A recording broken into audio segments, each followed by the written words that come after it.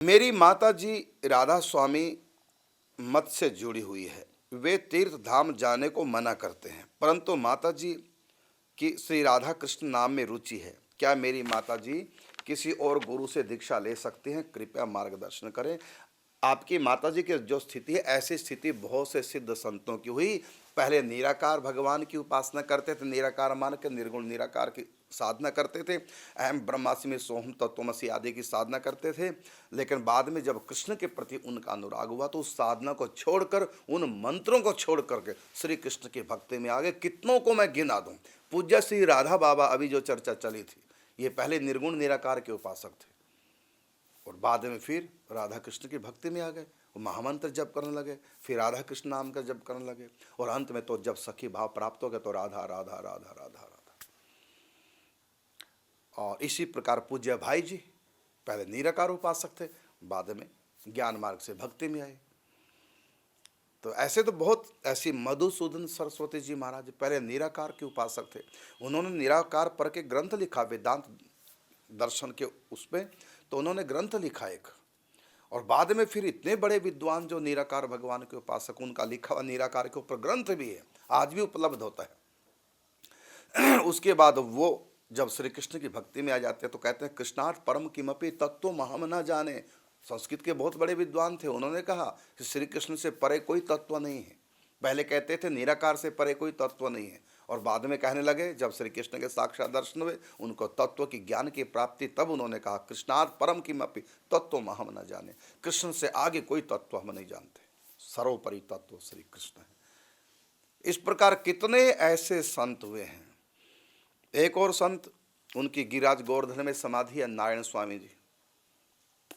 वो भी पहले निर्गुण निराकार उपासक थे, बाद में रासलीला को देख करके, दर्शन करके वृंदावन में आए तो ऐसे दीवाने हो गए। ऐसे बहुत संत हुए हैं और हमारे ब्रज में तो कितने संत आज भी हैं। अभी मैं कल एक संत से मिलके आया हूँ, माधुदास बाबा। वो पहले सन्यासी के शिष्य थे, जो निराकार तत्व के विवेचक बहुत बड़े थे, तो उनके शिष्य थे। बाद में पूज्य पंडित जी की शरण में आए तो श्री कृष्ण उपासक हो गए, राधा रानी के उपासक हो गए। उन्होंने राधा रानी को अपनी बहन के रूप में स्वीकार की है और प्राप्ति की है। अभी मैं कल उनके दर्शन करके आया। हम 6 महीने माधव बाबा और हम एक साथ रहे हैं बरसाना में, खेतों में जब कुटिया बना के हम भजन करते थे, वो भी मेरे साथ 6 महीने लगातार रहे। तो उनसे मैं सोचा था कि बाद में पत्नी मिलूंगा कि नहीं मिलूंगा, अब वृद्ध हो चुके हैं।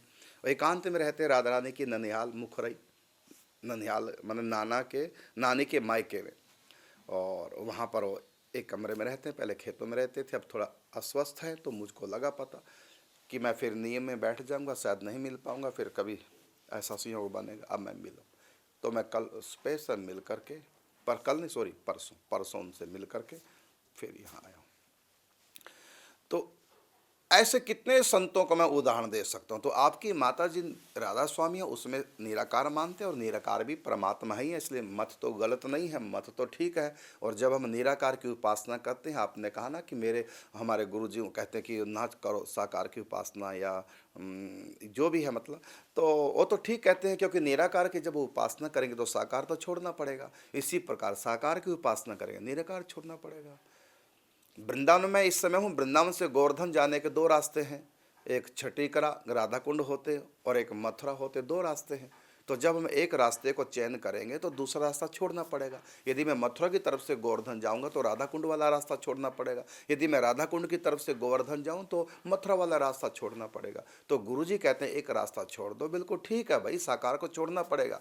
और निराकार की तरफ अगर आप जाना चाहते हैं सचमुच में कृष्ण से, तो आपको बचना ही पड़ेगा और गुरुजी बचाएंगे, नहीं तो ठग तुमको ठग ले जाएगा, और बहुतों को ठगा इसने। इसलिए वृंदावन से दूर रहिए यदि आप निराकार के उपासक हैं, और इन रसिक संतों से तो बिल्कुल बच के रहिए। कहीं इनके पाले पड़ गए ना, बस निराकार के लायक रहोगे नहीं, ये वो रस है। तो और आपकी माता जी को रस थोड़ा थोड़ा मिलने लगा है, तो इसलिए उनको निराकार शुष्क है, वो भी कल्याण उससे है। देखो हमारे शास्त्रों में दोनों पंथ है, निराकार का भी साकार का भी। और रामचरितमानस में स्वयं गोस्वामी तुलसीदास जी कहते हैं कि अगुन ही सगुन ही नहीं कछु भेदा, उभय हर ही भव संभव खेदा। दोनों से कल्याण है, लेकिन अंतर है, उससे केवल कल्याण है, केवल मोक्ष है निराकार से, और साकार से मोक्ष प्लस भगवत प्रेम प्राप्ति। यहाँ प्रेम है, वो समुद्र की गहराई वाला जल है जो स्थिर है, और ये कृष्ण प्रेम ये ऊपर वाला जल है जो लहरें प्रेम की प्रतिक्षण आती हैं। वो गंभीर है और ये चंचल रस है। वो अखंड रस है, ये प्रतिक्षण वर्धमान रस है। वहाँ भगवान निराकार है, यहाँ भगवान साकार है। तो दोनों पंथ भगवान के ही हैं। और गीता में, रामायण में, हमारे भागवत जी में भी दोनों पंथों की चर्चा है। परमात्मा के दोनों रूप में क्या ही है। तो आपका पंथ पहले निराकार था, यदि आप साकार में आना चाहते हैं बिल्कुल आ सकते हैं। इन सब महापुरुषों ने साकार की उपासना की, साकार को मानने वाले संतों की शरणागति ली है। इसलिए आपकी माता जी भी साकार भगवान की उपासना में आ सकती है, दीक्षित हो सकती है, कोई दोष नहीं लगता। पहली सीढ़ी से जब हम दूसरी सीढ़ी पे चढ़ेंगे तो पहली सीढ़ी छोड़नी पड़ेगी, लेकिन जब हम पहली सीढ़ी छोड़कर दूसरी पे चढ़ते हैं तो पहली का हम तिरस्कार नहीं करते, पहली सीढ़ी को तोड़ के नहीं फेंक देते, उसकी भी कीमत है। तो इस प्रकार ये छोड़ने की मतलब नहीं, मतलब है तरक्की से आगे बढ़े हैं। पहले आप अपने आप को लखपति सोचते थे, अब आप बन गए करोड़पति, है ना। तो करोड़पति में लखपति भी है, लेकिन आप लखपति कहलाएंगे नहीं। अब बन गए, उसके बाद आप अरबपति, तो अरबपति में आप करोड़पति भी है, लेकिन आप करोड़पति नहीं कहलाएंगे, आप अरबपति हो गए। इसी प्रकार निराकार की उपासना में केवल निराकार की उपासना है, और साकार की उपासना में निराकार साकार दोनों आ जाते हैं। इससे छोड़ने का तो कोई मतलब ही नहीं रहा। तो इसलिए आपकी माता जी आ सकती हैं, राधा कृष्ण की भक्ति करें, राधा कृष्ण का नाम जाप करें, और किसी भी संत महापुरुष से जहाँ आपकी माता जी की श्रद्धा और दीक्षित हो जाए, कोई दोष नहीं लगता।